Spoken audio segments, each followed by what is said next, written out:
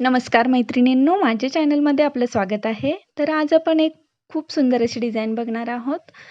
तर त्याच्यासाठी मी उंची 14.5 घेतली आहे आणि शोल्डर 4.25 इतकं घेतलेलं आहे आणि 7 इंचाचा गळा आपल्याला तयार करायचा आहे आणि त्याच्या खाली ही डिझाईन येणार आहे.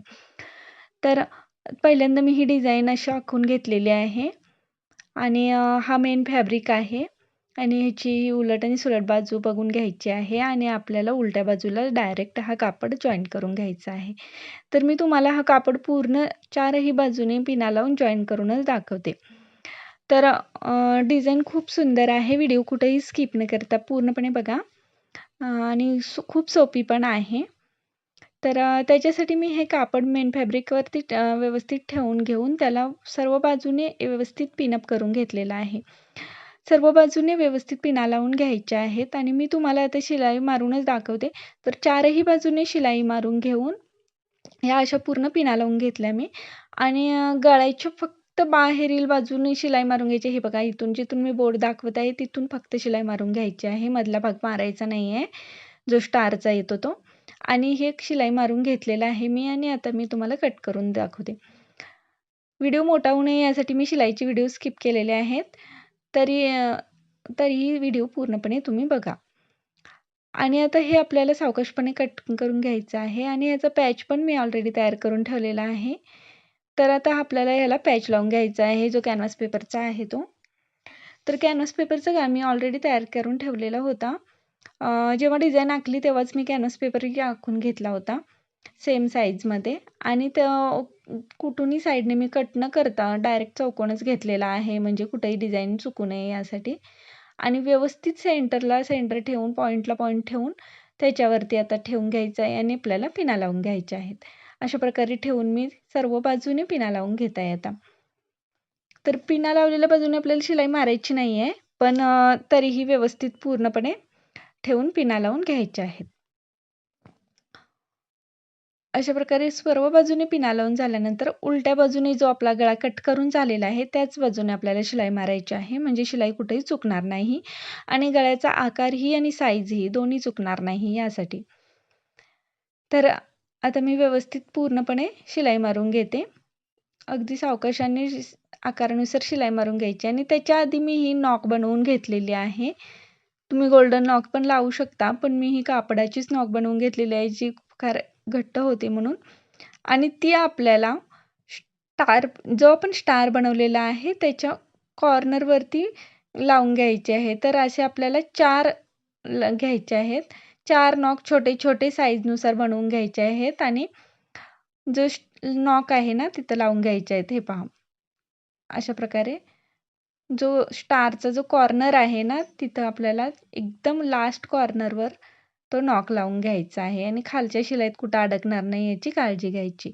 अशा प्रत्येक स्टारच्या कोपऱ्यावरती आपल्याला नॉक ठेवून घ्यायचा आतल्या बाजूने, म्हणजे तो आत शिलाई फिनिशिंगमध्ये जातो आणि डिझाईन आणि फिनिशिंग दोन्ही सुंदर होतं. तर अशा प्रकारे चारही कोपऱ्यांवरती नॉक ठेवून आपण शिलाई व्यवस्थित करून घ्यायची आहे आणि जिथं नॉक लावतो तिथं थोडीशी डबल शिलाई घ्यायची आहे, ती सावकाशपणे आणि पुन्हा शिलाई मारून घ्यायची आहे पुढे. तर हे पहा, मी असे चारही नॉक ठेवून अगदी व्यवस्थित डबल शिलाई मारून व्यवस्थित जोडून घेतलेले आहेत अशा प्रकारे. म्हणजे लॉक शिलाई करायची आहे थोडी नॉकच्या ठिकाणी, त्यामुळे नॉक गळतो घट्ट होतो. तर हे पूर्णपणे जोडून झाल्यानंतर आता आपल्याला कॅनव्हास पेपर कट करून घ्यायचा आहे.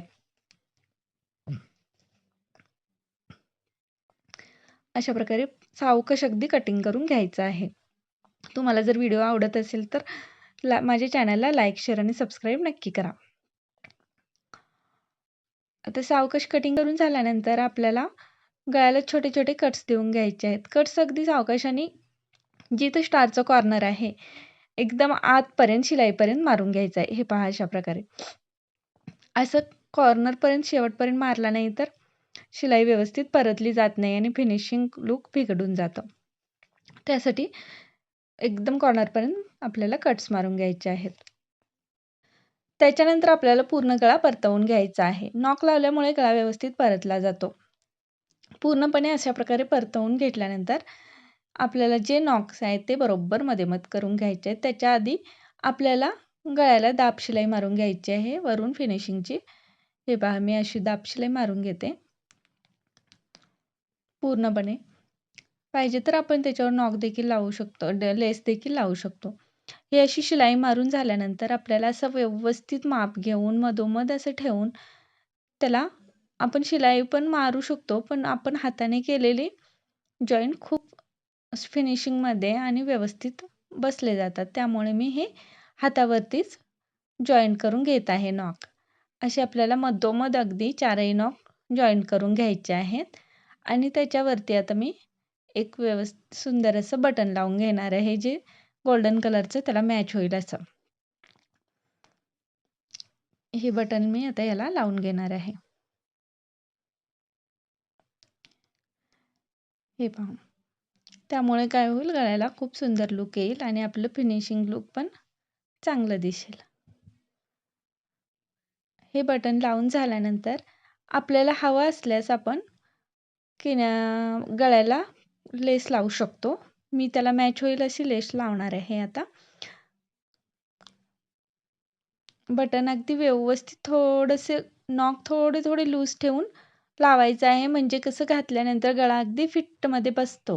त्यामुळे घातल्यानंतर व्यवस्थित तो बसतो. आता ही मी लेस कुठली मॅच होते ती बघत आहे. आता आणखी एक माझ्याकडे लेस आहे. हां, ही लेस मी त्याला लावून घेणार आहे. तुम्ही जशी कापडाला मॅच होते त्या पद्धतीची लेस लावू शकता.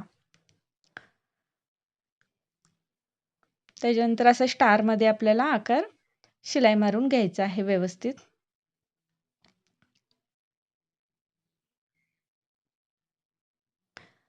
तर पूर्ण झाल्यानंतर मी कमरपट्टी सर्व आणि टक्स दोन्ही मारून पूर्ण रेडी करूनच तुम्हाला दाखवत आहे.